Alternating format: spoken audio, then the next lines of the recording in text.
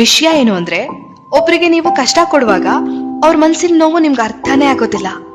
ಅವ್ರ ಮನ್ಸು ಎಷ್ಟೆಲ್ಲ ಒದ್ದಾಡುತ್ತೆ, ಸಂಕಟ ಪಡುತ್ತೆ. ನಿಮ್ಗದು ಯಾವುದು ಬೇಡ. ನೋಡಿ, ನೀವಿನ್ನೂ ಚೆನ್ನಾಗಿ ಮಾತಾಡಿ, ನಂಬಿಸಿ, ದ್ರೋಹ ಮಾಡಿ, ಯಾಮಾರಿಸಿ, ಅವ್ರಿಗೆ ನೋವಾಗ್ಬೇಕು ಅದೇ ರೀತಿ ಮಾತಾಡಿ. ಅವ್ರ ಮುಂದೆ ಬಣ್ಣ ಬಣ್ಣದ ಮಾತುಗಳನ್ನ ಆಡಿ, ಅವ್ರ ಹಿಂದೆ ಹೋಗಿ ಅವ್ರ ಬಗ್ಗೆ ಕೆಟ್ಟದಾಗಿ ಮಾತಾಡ್ಬೇಕು. ಇನ್ನು ಇದೇ ರೀತಿ ತುಂಬಾ ವಿಷಯಗಳನ್ನ ಮಾಡ್ಬೇಕು ನೀವು. ಆಗ್ಲೇ ಅಲ್ವಾ ನಿಮ್ ಪುಣ್ಯಗಳೆಲ್ಲ ಸುಟ್ಟೋಗಿ ಪಾಪದ ಮೂಟೆ ನಿಮ್ ಹೆಗಲು ಇರೋದು. ಆದ್ರೆ ಒಂದು ವಿಷಯ ನಾನು ಹೇಳ್ತೀನಿ, ನೀವ್ ಇನ್ನೊಬ್ರಿಗೆ ಏನ್ ಮಾಡ್ತಿದ್ದೀರಲ್ಲ ಇವತ್ತು, ಖಂಡಿತ ಒಂದಿನ ಸಮಯಕ್ಕೆ ಸರಿಯಾಗಿ ಮತ್ತೊಬ್ರಿಂದ ನಿಮ್ಗೆ ಅದೇ ವಾಪಸ್ ಬಂದೇ ಬರುತ್ತೆ. ಅವಾಗ ನೀವ್ ಯೋಚನೆ ಮಾಡ್ತೀರಾ, ಹೀಗೆ ಅಲ್ವಾ ನಾನು ಅವ್ರ ಮನ್ಸನ್ನ ನೋಯಿಸಿದ್ದು, ಹೀಗೆ ಅಲ್ವಾ ಅವ್ರ ಮನ್ಸು ಒದ್ದಾಡಿರುತ್ತೆ, ಕಷ್ಟಪಟ್ಟಿರುತ್ತೆ, ಅವ್ರ ಬಗ್ಗೆ ನಾನು ಹೀಗೆ ಕೆಟ್ಟದಾಗಿ ಮಾತಾಡ್ದೆ ಅಂತೆಲ್ಲ